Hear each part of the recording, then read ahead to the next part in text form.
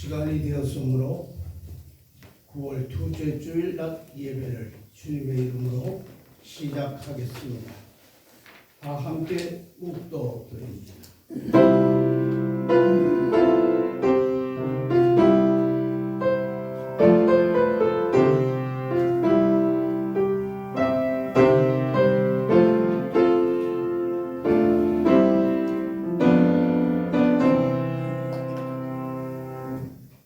우리가 전한 것을 누가 믿었느냐? 여호와의 팔이 누구에게 나타났느냐? 그는 주 앞에서 자라나기를 연한 순 같고 마른 뿔 땅에서 나온 뿌리 같아서 고운 모양도 없고 풍채도 없은데 우리가 보기에 흠모할 만한 아름다운 것이 없도다.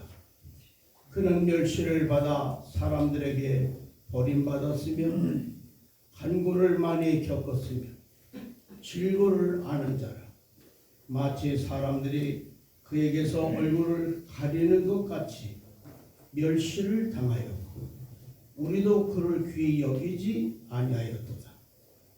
그는 실로 우리의 질고를 지고 우리의 슬픔을 당하였거늘 우리는 생각하기를 그는 징벌을 받아 하나님께 맞으며 고난을 당한다 하였노라.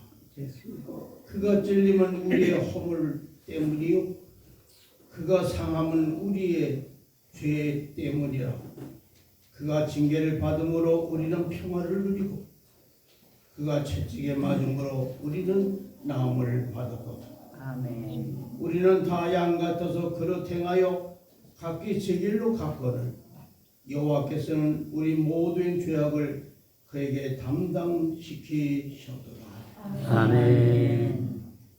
찬송가 147장.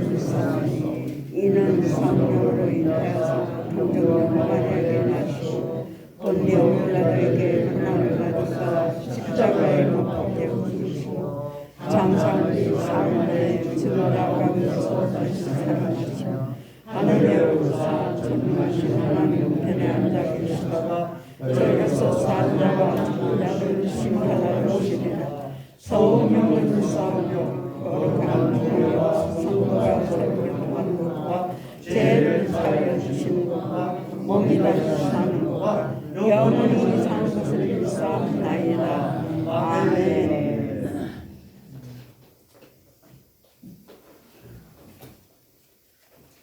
교동문 33번입니다. 교동문 33번 시편 150편입니다. 할렐루야 그 성소에서 하나님을 찬양하며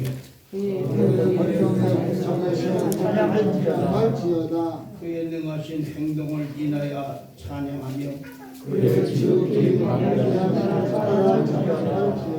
나팔 소리로 찬양하며 서고치며 춤추어 찬양하며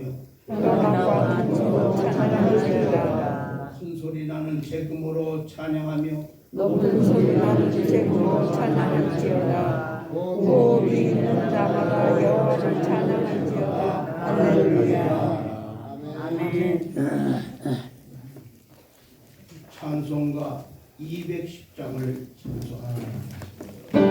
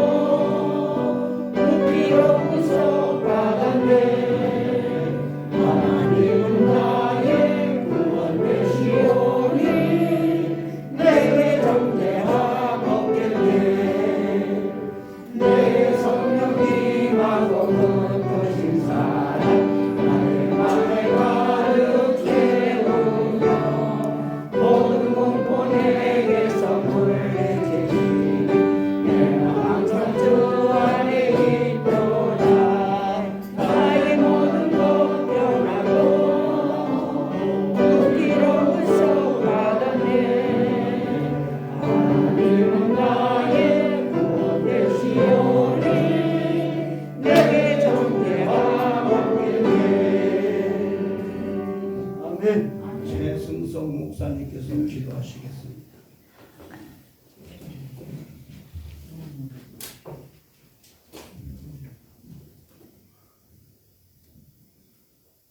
하나님 아버지, 은혜와 사랑을 진실로 감사하며 영광을 돌립니다. 무덥던 여름도 뒤에 지나가고 한편은 가을이 접어들고 또 우리 한국 민족의 큰 명절, 추석 명절도 이제 지나게 하시고 저희에게 주의를 주셔서 오늘 하나님 앞에 나와 예배드릴 수 있도록 은혜 주심을 진실로 감사하며 영광을 돌립니다. 아멘.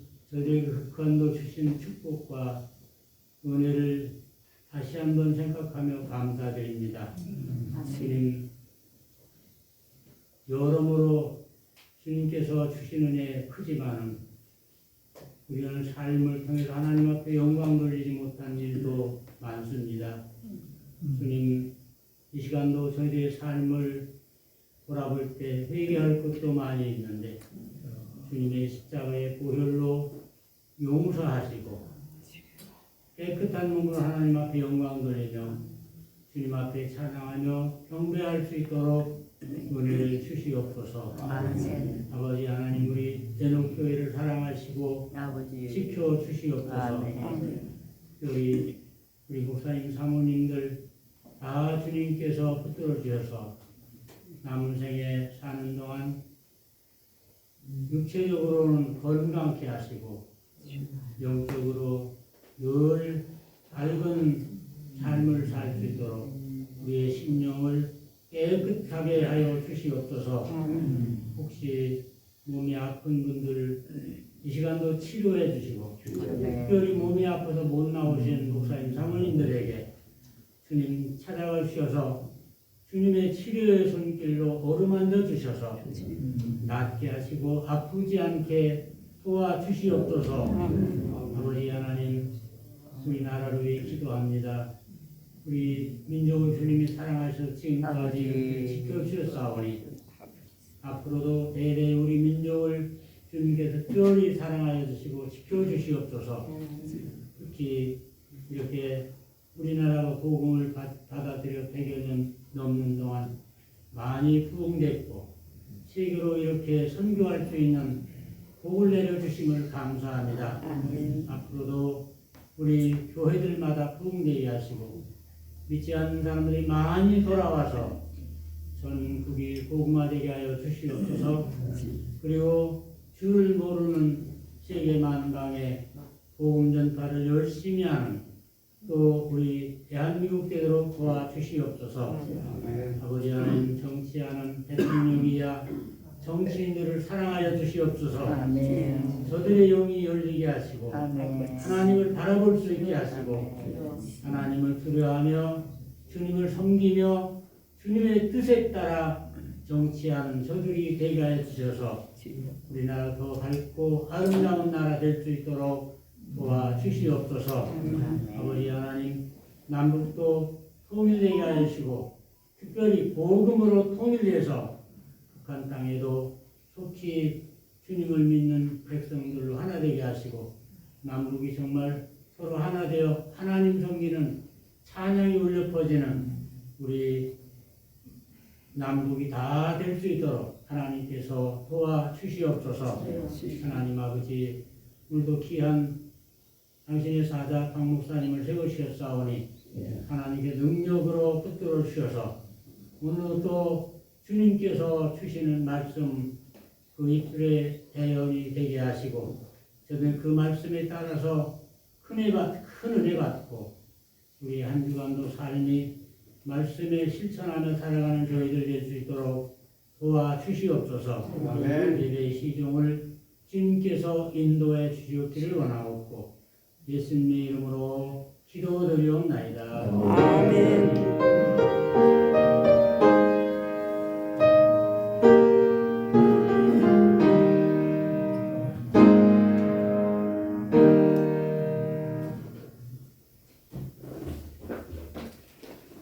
성경 말씀 보겠습니다. 성경 말씀. 제 말 뒤에 들립니까? 네. 창세기 35장입니다.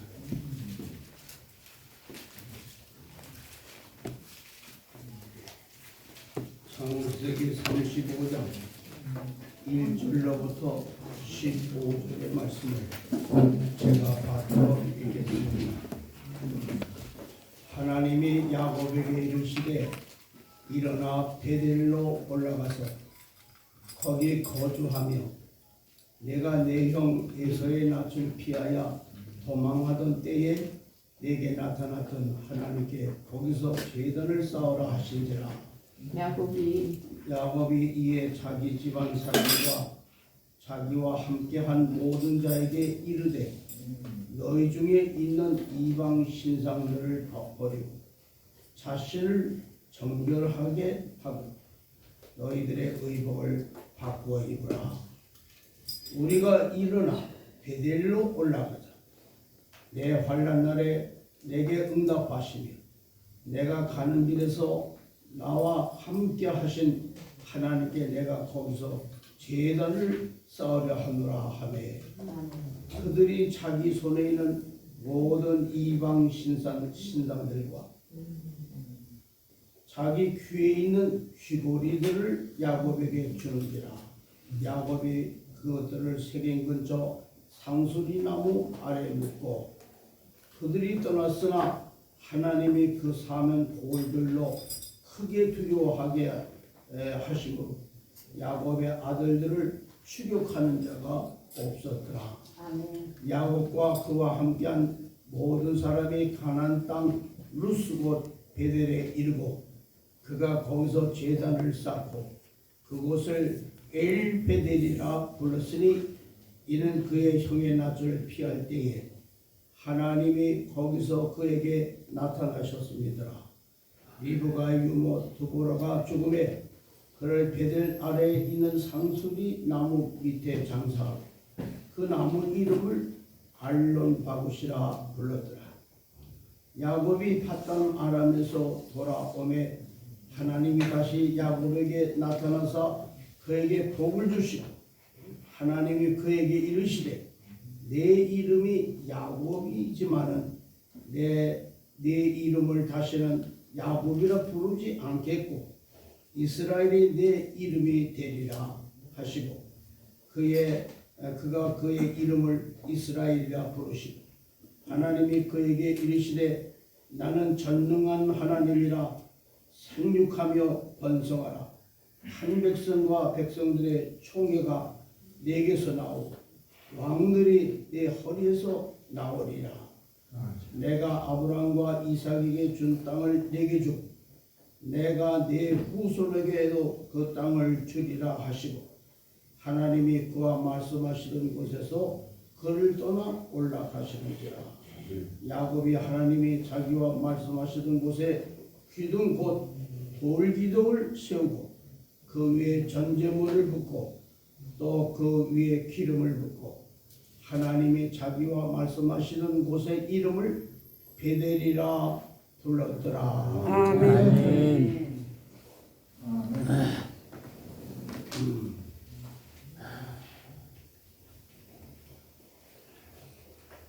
우리나라 어느 은행장이 미국을 여행하게 되었습니다.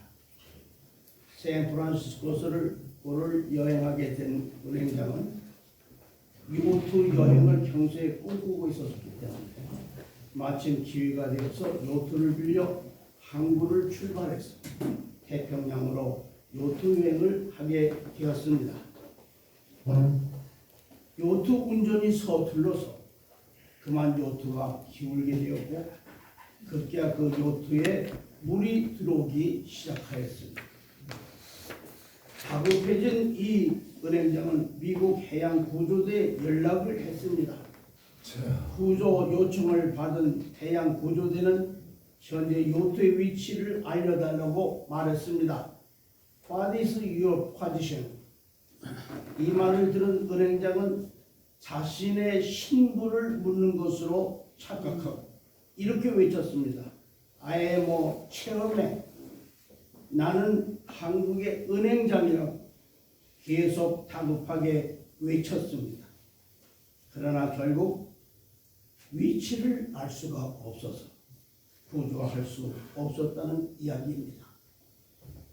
우리는 나의 신분에 관심이 참 많습니다. 그러나 나를 구조하기를 원하시는 하나님은 현재 나의 신앙의 위치에 관심이 많으시다는 것입니다. 아멘. 선악과를 따먹고 하나님의 낯을 피하여 동산나무 사이에 숨은 아담에게 하나님은 네가 어디에 있느냐고 물으셨습니다.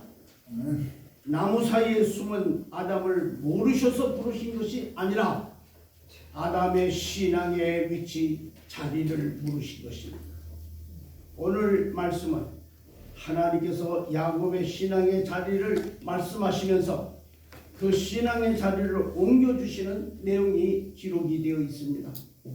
본문의 배경을 보면 야복강에서 천사와 씨름하며 기도했던 야곱은 형 에서의 화해를 하게 되었고 에서가 세일로 가자는 말을 거절한 후에 가나안 땅 정착을 고민하던 중 생활 환경이 좋은 세겜에 정착을 하게 됩니다. 이제 모든 어려움은 다 끝났다고 생각한 야곱은 세겜에서 아예 눌러 앉아 편안하게 살려고 계획을 했습니다. 그런데 어느 날 야곱의 외동딸인 디나가 세겜에 놀러 나갔다가 휘 족속인 하몰의 아들 추장 세겜에게 욕을 당하게 됩니다. 이 사실을 안 그의 시몬과 레위 오빠들은 분노하게 되고 복수에 나서게 됩니다. 청혼을 하기 위하여 온 세겜에게 세겜 족속 모두가 할례를 받게 되면 허락하겠다고 거짓말을 한 후에 그 말에 순순히 순종해서 남자들이 할례를 받은 틈을 타서 하몰과 세겜뿐 아니라 할례 받은 남자들을 다 죽이고 그들의 아내와 자녀들을 붙잡아 오고 그들의 재산까지 다 몰수해 버렸습니다. 이것은 너무도 지나친 처사였습니다. 야곱은 지금과는 다른 고난에 다시 직면하게 됩니다. 그동안 야곱의 어려움은 주로 동족 간의 어려움이었습니다. 예를 들면 에서는 형이었고 라반은 외삼촌이어서 어려움이 있어도 그래도 해결할 실마리가 저들에게는 있었습니다. 그러나 세겜은 휘족속에 이어서 이들과 문제가 생기면 해결하기가 쉽지 않습니다. 그런데 참혹한 살육 사건들이 생겼습니다. 해결과 타협의 여지가 전혀 없습니다. 피할 데도 없습니다. 이제는 어디로 도망갈 곳도 없는 야곱입니다. 또 지금까지는 자신의 문제로 어려움을 겪었다면 이제는 자식들까지 모두 잃게 되는 사건이 발생하게 된 것입니다. 사실 야곱 인생의 가장 큰 위기가 세겜의 사건입니다. 그렇다면 야곱은 일생일대의 최대 위기를 어떻게 극복했을까요?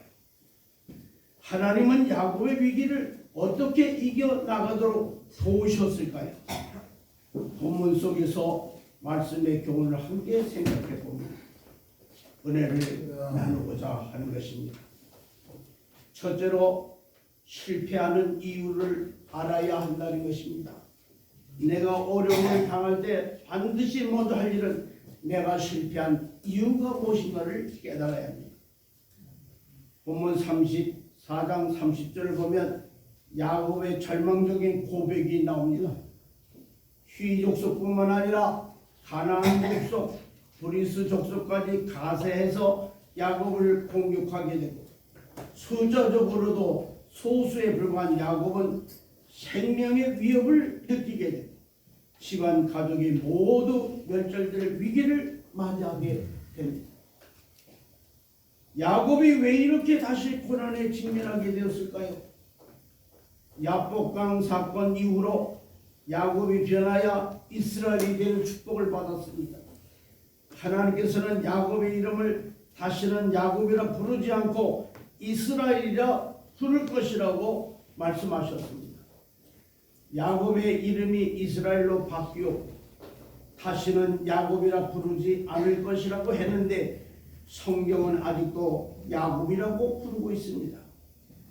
그것은 야곱이 이름만 바뀌었지 아직 삶이 바뀌지 못했다는 것을 말씀해주고 있습니다. 야곱은 야복강의 은혜의 경험과 형 에서와의 화해 후에도 여전히 예전 야곱의 모습을 버리지 못하고 있었던 것입니다. 이 위기에 야곱이 기도했다는 내용을 우리 본문에서 찾아볼 수가 없습니다. 야복강가에서 밤이 새도록 천사와 씨름하던 야곱은 어디로 갔을까요? 영적 나태에 빠진 것입니다. 육신의 편안을 주는 세겜에 들어가서 그는 완전히 영적으로 상태가 죽고 말았습니다. 문제가 있을 때는 절박하게 기도했던 야곱이 세겜에서 편안하니까 기도하는 삶을 잃어버린 것입니다. 오늘 우리나라 현실이 그렇습니다. 이제 전염병으로 인하여 교회가 모이지 못했고 장기간 3년 동안을 자유를 상실한 우리들 성도들의 모습이 어떻게 되었습니까? 다들 이제는 주님의 곁을 떠나는 사람들이 수없이 많아졌습니다. 왜 그렇습니까? 이제는 편안한 것이 좋아졌습니다. 집에서 텔레비 앞에서 가만히 앉아서 하나님 앞에 예배 드리는 것이 몸에 쳐졌습니다. 이제는 자유를 줘도 움직이지를 않습니다. 이건 마치 가만히 생각해보면 우리는 오늘 야곱 같은 형편에 있다는 사실을 깨달아 알아야 할 줄을 믿습니다. 전혀 영적인 모습을 발견할 수가 없습니다. 예전에 물질을 쫓아 살던 야곱의 모습이 다시 나타나게 된 것입니다. 4절을 보면 그들이 자기 손에 있는 모든 이방 신상들과 자기 귀에 있는 귀고리들을 야곱에게 주는지라 야곱이 그것들을 세겜 근처 상수리 나무 아래에 묻고라고 기록이 되어 있습니다. 아직도 우상을 버리지 못합니다. 우상을 아직 못 버리는 정도가 아니라 이 지역에 와서 우상까지 더하게 가지게 된 것입니다. 4절에는 모든 이방 신상들과 이 단어는 히브리 뜻을 보면은 낯선 신들이라고 번역이 되어 있습니다. 모든 이방 신상, 낯선 신들을 섬기게 되었습니다. 종합하자면 그동안 가지고 다니던 우상들과 세겜에서 새롭게 가지게 된 우상까지 가지고 있었다는 뜻입니다. 우상을 없애야 할 야곱이 다시 우상들을 수집한다는 것이 이해가 되지 않습니다. 야곱이 변하여 이스라엘이 된 것이 맞기가 한 짓입니까? 사람이 변하는 게 쉽지 않다는 것을 알지만 정말 쉽지 않음을 우리는 새삼스럽게 깨닫게 됩니다. 이름이 바뀌었다고 삶이 바뀌는 게 아니라는 사실도 우리는 깨달을 수가 있습니다. 또한 은혜의 체험도 지켜가지 않으면 약해져 갈 수밖에 없다는 것을 야곱의 실패한 모습 속에서 우리는 분명하게 찾아볼 수가 있습니다. 사랑하는 성도 여러분, 우리는 야곱과 다를까요? 예수를 믿고 은혜를 체험하며 직분을 받고 고난의 순간 속에서 하나님이 우리 도우심을 깨닫고 했어도 지금 또 실패 현장에 또 예전 믿음 없던 자리로 돌아가 버리지는 아니했습니까? 어느 순간 야복강의 은혜의 체험과 예전 베델에서의 영적 체험을 하나님과의 약속 모든 것을 잊어버리고 여전히 세겜에서 물질만을 쫓아 살아가다가 인생의 위기를 만나도 어떻게 해결하지 못하고 두려움과 걱정만 하고 있는 야곱의 모습을 우리는 바라보겠습니다. 참 변화가 쉽지 않음을 다시 한번 우리는 깨닫게 됩니다. 둘째로 하나님은 위기에 처한 야곱에게 일어나 베델로 올라가라고 말씀합니다. 야곱은 자식들의 잘못으로 가족이 다 멸절당하게 생겼습니다. 그동안 소중히 여겨왔던 모든 것들이 한 번에 다 무너져 내리는 위기 앞에서 어찌할 바를 모르고 절망하고 있는 야곱에게 하나님께서 또 찾아오셨습니다. 또다시 실패하여 이제는 하나님을 찾을 힘조차 없는 야곱에게 하나님께서 친히 찾아오셨습니다. 시몬과 레위 그리고 딸 디나의 고난을 통해 깨닫게 하시는 하나님을 알지 못한 채 무기력하게 있던 야곱에게 하나님은 찾아오신 것입니다.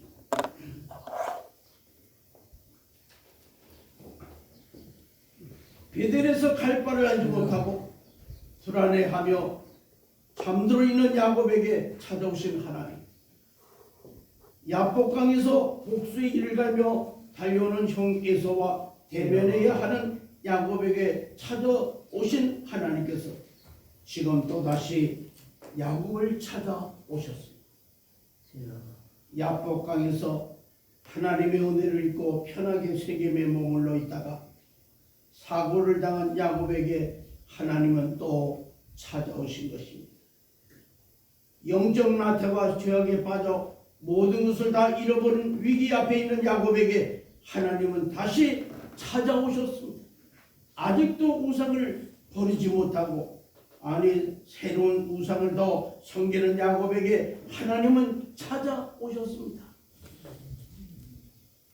야곱에게 찾아오신 하나님은 해결책을 말씀해 주고 있습니다. 갈 바를 모르는 야곱에게 갈 길을 하나님은 친히 알려주신 것입니다. 아멘. 이 문제는 영적인 문제다. 옛 신앙을 회복해라. 죄악된 세겜을 떠나라고 분명하게 말씀하셨습니다. 본문 1절에 보면 4개의 동사에서 하나님의 뜻을 찾아볼 수 있습니다. 하나님이 야곱에게 이르시되 일어나 베들레로 올라가서 거기 거주하며 내가 내 형 에서의 낯을 피하여 도망하던 때에 내게 나타났던 하나님께 거기서 제단을 쌓으라 하신지라. 아멘. 일어나라, 올라가라, 거주해라, 그리고 싸우라는 것이 이 단어인데, 일어나는 것은 큰 일을 앞에 두고 그것을 향하여 떠날 것을 촉구할 때 말씀하시는 하나님의 의미심장한 분부가 되는 것입니다. 하나님은 당신의 백성을 구원하시는 첫 번째 조치로 절망적인 현실의 자리를 박차고 일어날 것을 말씀하고 있습니다. 세겜에 주저앉아 있는 야곱이 얼마나 한심하고 답답했으면 이렇게 말씀하셨을까요? 그러니 오늘날 우리들도 이 세상에 주저앉아 있지 마시기를 바라는 것입니다. 아멘. 이어서 올라가라고 하십니다. 베델은 야곱에게 자신이 생애 중 가장 괴로울 때에 가장 뜨겁게 하나님의 손길을 체험한 장소였습니다. 그리고 베델은 야곱이 가장 순수한 심정으로 가장 진실되게 신앙을 고백하였던 서원의 장소이기도 했습니다. 하나님께서 야곱에게 바로 그곳으로 올라가라고 명한 것은 야곱이 베델에서 서원했던 내용들을 이제 이행해야 할 때가 되었음을 일깨워 주시는 말씀입니다. 더욱이 하나님은 언약의 후손이 세속에 휩쓸려 당신의 명예를 실추시키는 것을 더 이상 좌시할 수가 없었기 때문에 그들과의 바른 관계 정립을 위해 은혜의 처소 베델로 부르시게 된 것입니다. 그리고 강조하시는 것은 그곳에 거하라고 합니다. 올라가길 뿐만 아니라 그곳에 거하라. 이 거하라는 말은 명령형으로 야곱이 소원했던 그 단을 쌓기까지 그곳에 머물라는 말씀입니다. 단순히 지금의 위기에서 벗어나기 위해서 잠깐 피하기 위하여 베들로 가는 것이 아닙니다. 그곳에서 살라는 것입니다. 그리고 싸우라고 말씀합니다. 옛날 베델에 하나님의 전을 건축하기로 서원한 야곱에게 제단 수축을 명령하고 있습니다. 제단은 하나님과의 관계에서 가장 핵심되는 부분입니다. 제단은 희생의 피를 통해 죄악된 인간이 거룩하신 하나님과의 관계를 회복하는 것입니다. 관계를 회복하고 하나님과 교제하는 복된 장소인 것입니다. 그리스도인은 어디에 있든지 제단을 쌓아야만 하는 것입니다. 하나님께서 하나님께 서서 예배를 드려야 한다는 말입니다. 앉아서 예배 드리는 게 아니라 하나님 앞에 서서 예배를 드려야 하는 말입니다. 아무리 환경이 좋고 평안해도 하나님 앞에 서서 예배를 드려야 하는 것입니다. 그래야 세겜과 같은 일을 만나지 않는다는 사실을 우리는 다시 한번 깨달아 알아야 겠습니다. 야곱은 그동안 쌓은 물질과 가족이 세겜에서 한꺼번에 무너지게 되었습니다. 이렇게 도저히 어찌 해볼 소리가 없는 이런 현실에서 야곱에게 베들로 가라고 말씀하십니다. 자신이 소중하게 생각했던 것들을 의지하지 말고 이제는 하나님을 의지하라는 말씀인 것입니다. 비옥하지만 우상을 섬기는 세겜은 네가 머물 곳이 아니라 돌밖에 없어도 하나님께서 만나주시는 그 하나님께 제단을 쌓은 베들이 야곱이 있어야 할 곳이라는 말씀인 것입니다. 하나님은 오늘도 우리를 찾아오십니다. 그리고 우리의 위치를 물으십니다. 내가 지금 있는 곳이 어디냐? 창세기 3장 9절에 여호와 하나님이 아담을 부르시며 그에게 이르시되 내가 어디에 있느냐 하는 그 말씀이 바로 이 시간에 하나님이 우리를 찾아오셔서 주시는 질문인 것입니다. 선악과를 따먹고 범죄한 아담에게 찾아오셔서 아담에게 하신 하나님의 말씀입니다. 하나님께서 아담이 어디에 있는지 몰라서 하신 말씀일까요? 아니지요. 지금 아담의 영적인 위치를 묻고 계신 것입니다. 사랑하는 여러분, 또다시 실패 현장에 찾아오시는 하나님을 만나시기를 바랍니다. 아멘. 오늘도 여전히 변하지 못하고 다시 세상 속에서 좌절하는 우리에게 말씀으로 찾아오시는 주님을 만나시기를 바랍니다. 그리고 일어나서 하나님께서 기뻐하시는 자리로 예배 자리로 올라가시기를 간절히 축원을 드립니다. 셋째는 베델에서 엘베델 신앙으로 변화되어야 하는 것입니다. 야곱은 드디어 깨닫게 됩니다. 고난이 그를 변화시키는 원동력이 되었습니다. 결국 야곱은 정신을 차립니다. 야곱은 지금 내가 어디에 있지? 지금 내가 뭐하고 있는 거지? 라는 생각을 하게 되고 결국 하나님의 말씀에 순종하여 베델로 올라가게 됩니다.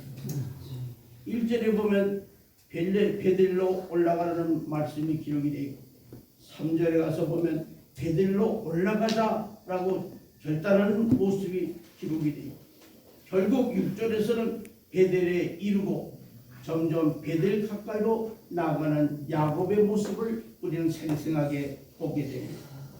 야곱은 자신의 삶을 돌아보고 결단하여 하나님께서 원하시는 사람으로 바뀌는 모습을 보여주고 있습니다. 결단만 하는 것이 아니라 이제는 결단한 것을 실행에 옮기고 있습니다.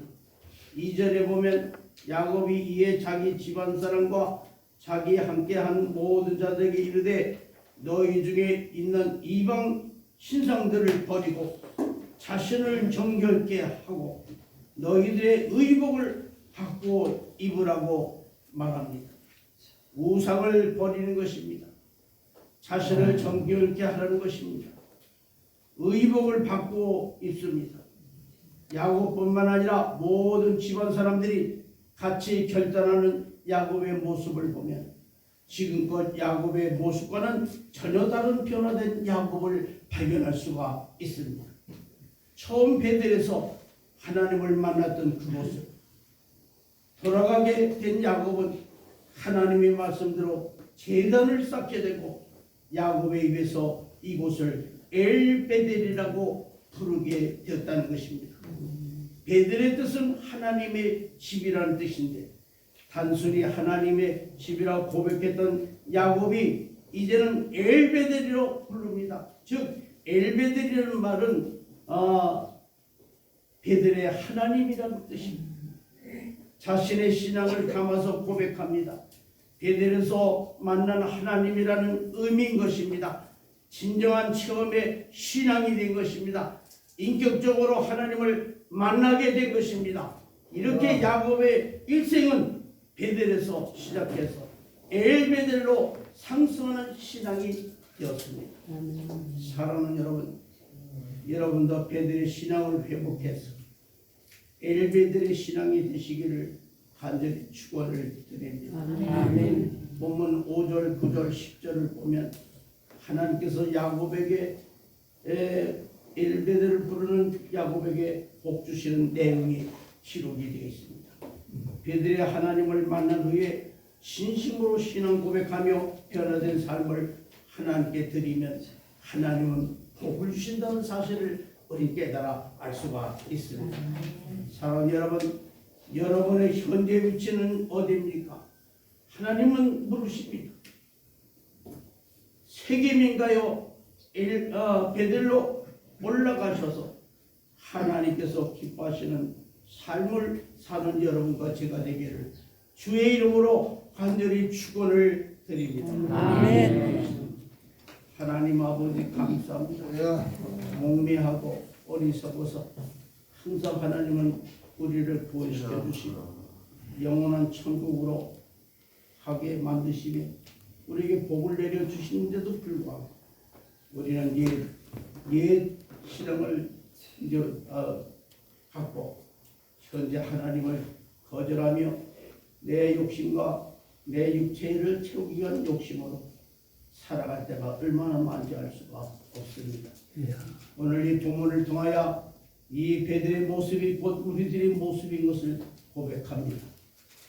우리들도 이제는 우리를 끝까지 찾아오셔서 끝까지 인도하시는 하나님, 끝까지 사랑하시는 하나님, 그 음성을 듣고 듣는데 그치지 아니하고 우리가 완전히 영육간의 변화를 받아 참으로 하나님이 만나신 모든 축복을 누리고 살고도 남는 믿음의 용사들이 다 될 수 있도록 축복해 주시옵소서.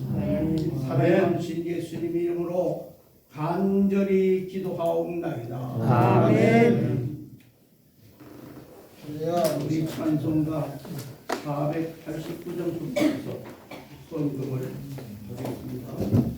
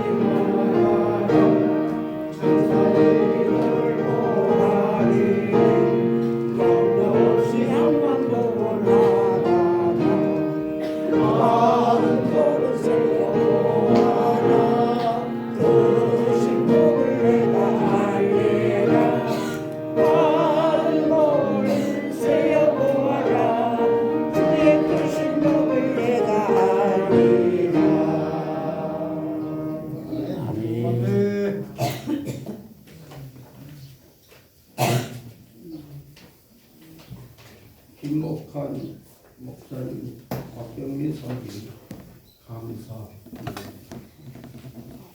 고용 목사님과 양정모 사모님 감사드렸습니다. 박전모 목사님, 이영복 사모님이 감사드렸습니다. 최강성 조윤수 사모님이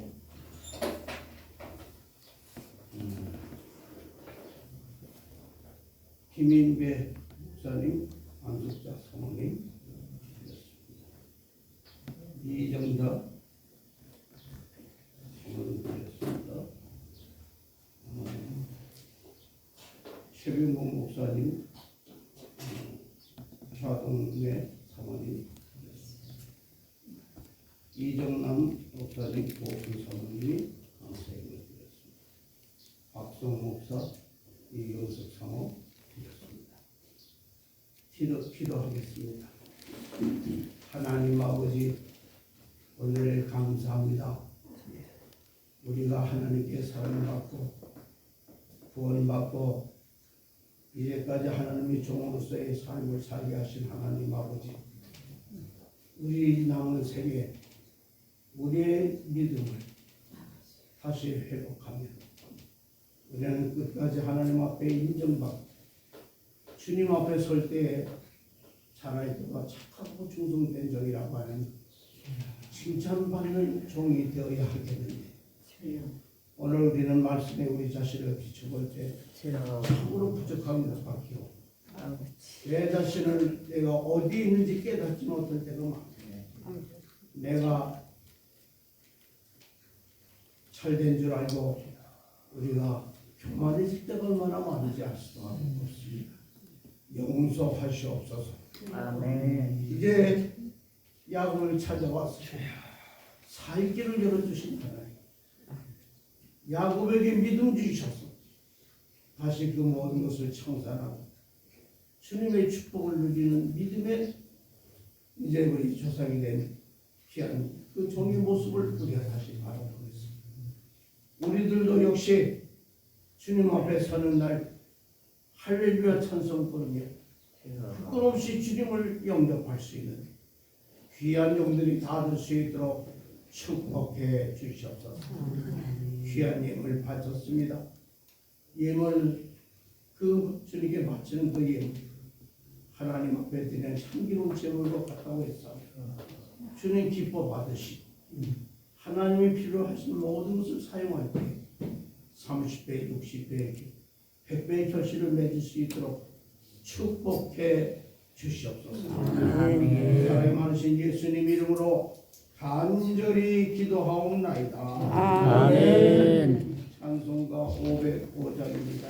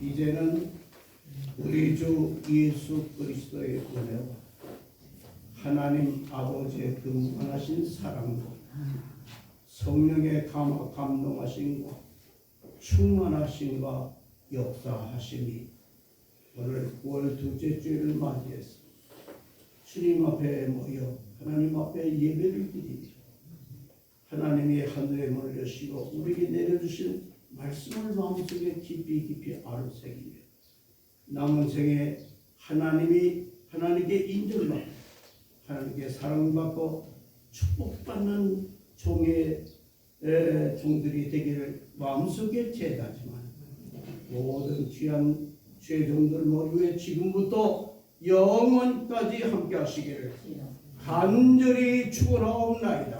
아멘.